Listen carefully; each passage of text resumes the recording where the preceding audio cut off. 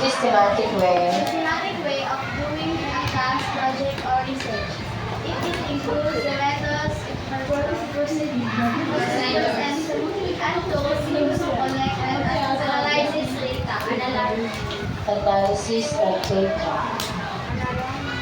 Research design.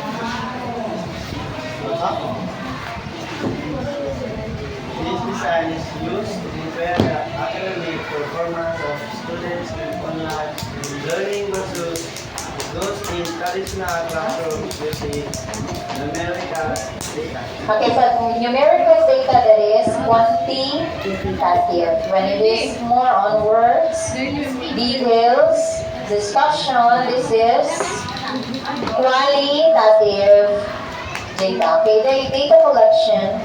Data collection. Data collection is how you get the facts or evidence you need to study a topic or solve a problem. Okay, on data collection, this is how you are going to collect through surveys, random interviews, or you're going to have questionnaires. Dito yan sa taas ang laptop. Okay, sampling. Sampling is choosing a small part of the main group to study so we can learn something about the whole group. Okay, so sampling, it means that you're going to get percentage. For example, from person R formula. So, sabihin, you're just getting 30%, 10% of the population. Or, you could have the snowball. Yung pagpipili lang kayo. You're just picking names from random names. Then you will choose your participants or respondents. Pag participants, mostly until 20 participants lang. That's the biggest. It could be 5 to 20 maximum. Pag respondents, it depends on the population. Data analysis. Analysis.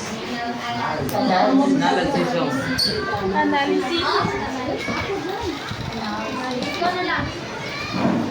Data analysis. Data analysis is the process of organizing, examining, and interpreting data to Basta discover 5 points lang. information, patterns, or One question. Okay, so on data analysis, you're going to, from collecting, meron na kayong data, you have already done your data, then you are going to concentrate the data, and then after that, you're going to analyze what does it mean to have this percentage, to have this mean, median, mode, or frequency. Mas marami ba ang babae na addict sa Mobile Legends or lalaki? Ilang percentage na lalaki? 100%? Okay, that's good. So, it would let you to know that the data itself is credible and reliable source of data. Ethical consideration. ethical consideration, informed consent, respect for person, confidentiality, minimizing harm. Okay, so on ethical consideration, you make sure that when you have your participants, you also inform them that they are the participants.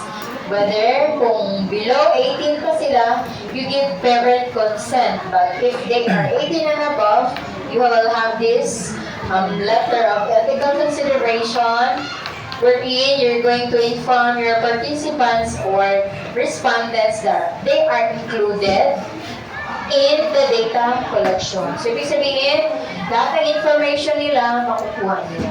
Lalo na pag yung study ninyo is about rape, drug addiction, so para siya may confidentiality.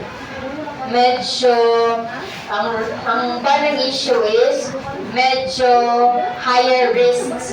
So, ibig sabihin, pag ikaw na kuha, nag-interview ka, huwag mo rin din ikalat. Ay, ito siya, na-rate mo siya. May kaninga pangalan no. You will always have respondent 1, respondent 2. Hindi niyo pwedeng ibigay yung totoong pangalan. Si Jericho Jamuda. The rapist 1, the rapist 2. Hindi siya pwede ganun. Rapist 1, rapist 2 lang. Ganun siya. Pag magkanda kayo ng study. Pag, lalo na pag mayroong confidential. Oh, mapapicture blur it na. Pero lang, klaro na nila. Si Jericho, yung ginawa, may Jamuda din. Very blur talaga siya. Blur. Ganyan ang yung technical consideration, ha? Go. See, start na for having your quiz.